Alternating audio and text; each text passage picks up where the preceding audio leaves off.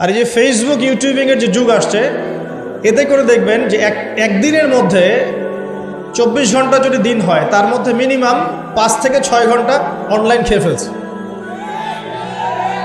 অহেতুক কোনো কাজ নাই, এমনি স্ক্রলিং।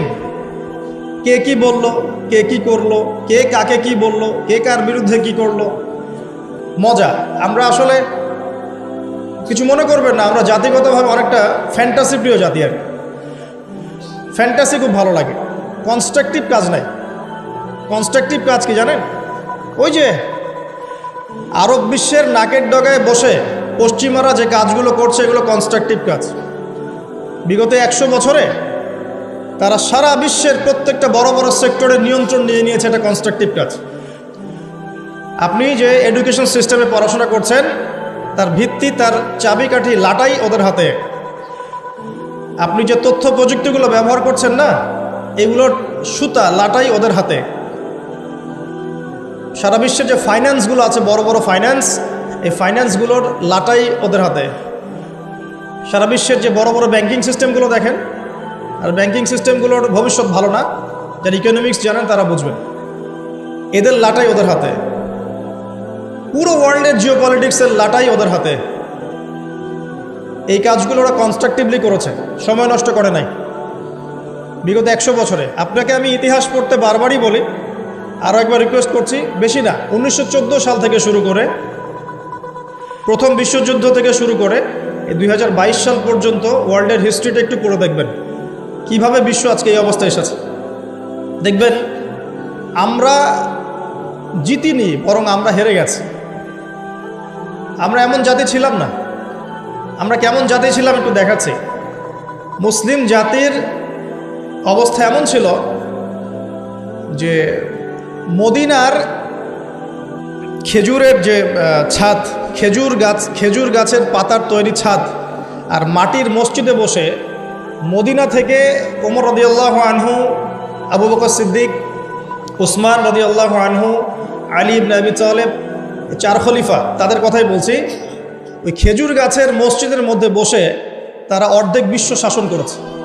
আমাদের অবস্থা এমন ছিল। আমাদের অবস্থা কেমন ছিল? এমন ছিল।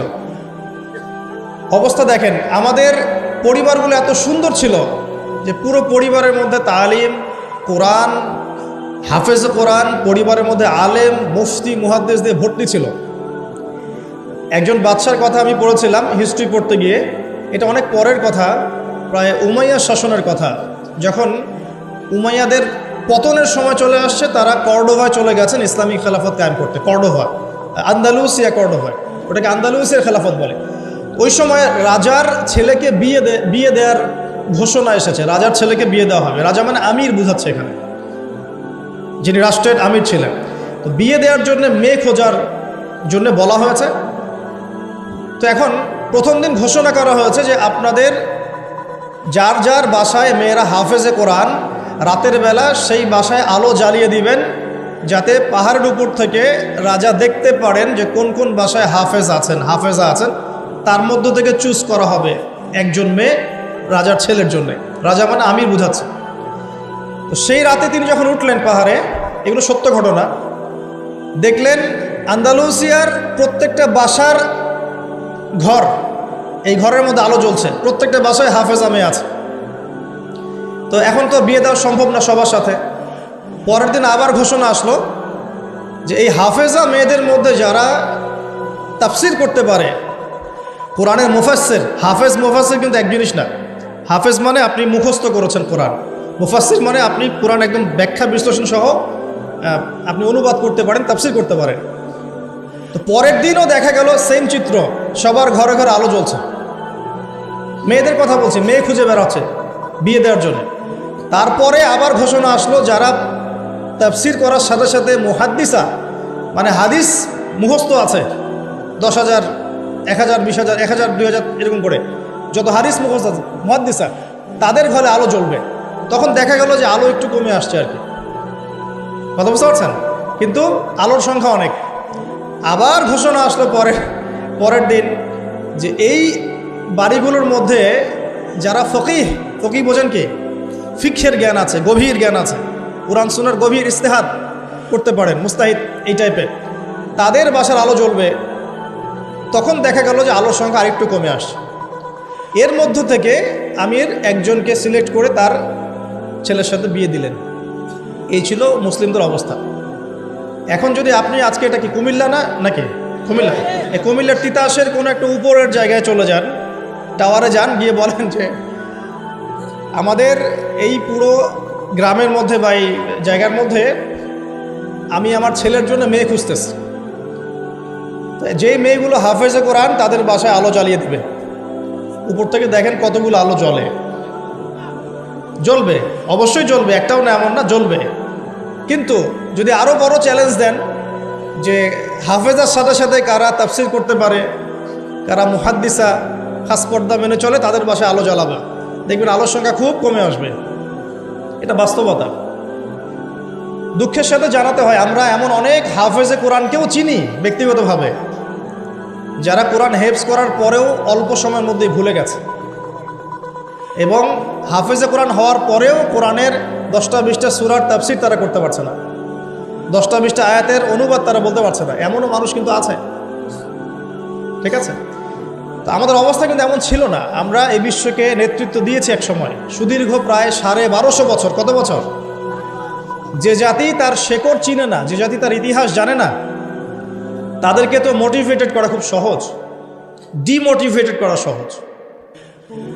আমাদের তরুণ প্রজন্ম এখন ওয়ার্ল্ড কাপের হিস্ট্রি জানে, এই ব্রাজিল আর্জেন্টিনার হিস্ট্রি জানে, মেসি নেইমারের হিস্ট্রি জানে। দাঁড়ান, এগুলোর প্রয়োজন নাই, এটা কোনো প্রয়োজন নেই। আমাদের তরুণ প্রজন্ম এদের হিস্ট্রি জানে, নায়ক নায়িকাদের হিস্ট্রি জানে, গায়ক গায়িকার হিস্ট্রি জানে।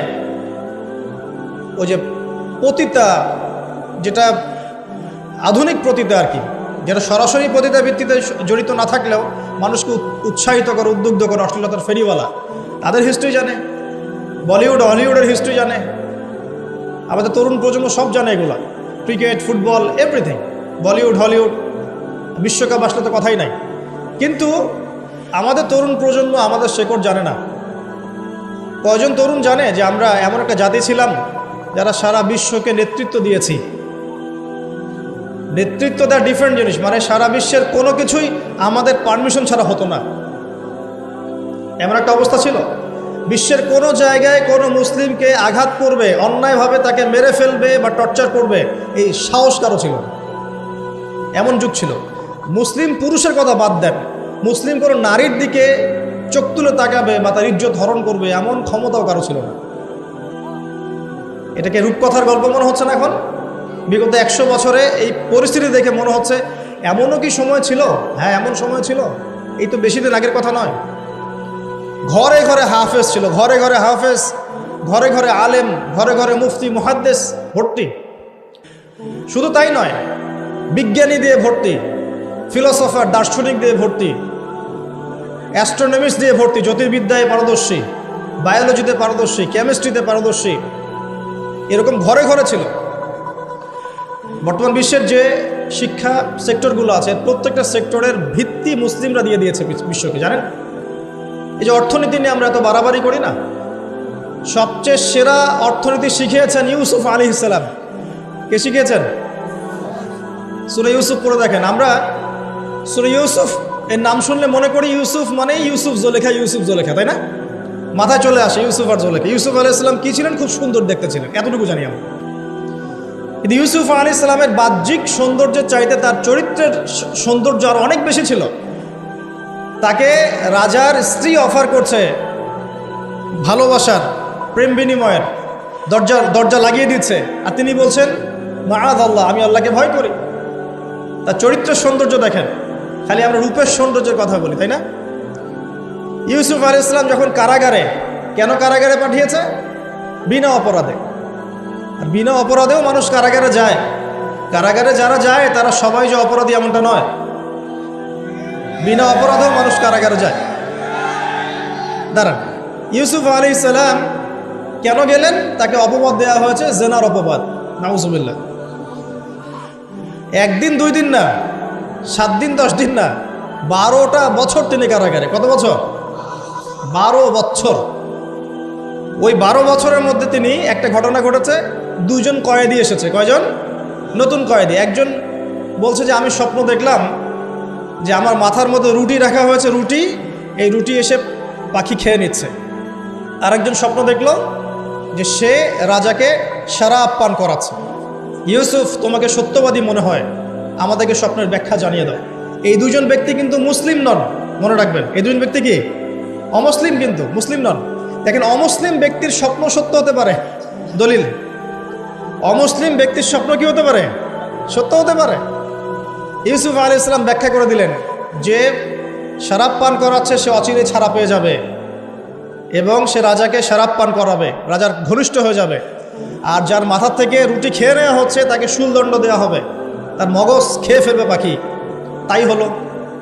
আর ইউসুফ আলাইহিস সালাম এই ব্যক্তিকে বলে দিলেন, যার ব্যাপারে তার ধারণা হলো যে এই ব্যক্তি নাজাত পাবে, তুমি যখন রাজার কাছে যাবে তখন আমার কথা স্মরণ করো, যে আমি তোমাকে এই কথাটা বলেছিলাম, রাজার সামনে স্মরণ করো। তো ইউসুফ আলাইহিস সালাম এখানে বন্দী, তারা ছাড়া পেয়ে গেলেন। এবার যখন এই ব্যক্তি রাজার কাছে গেলেন, রাজা আবার একটা স্বপ্ন দেখল। কে স্বপ্ন দেখল? সূরা ইউসুফের মধ্যে বলা আছে, পড়ে দেখবেন। রাজা স্বপ্ন দেখছে যে 7টা চিকন গাভী 7টা মোটা তাজা গাভীকে খেয়ে ফেলছে। ঠিক আছে?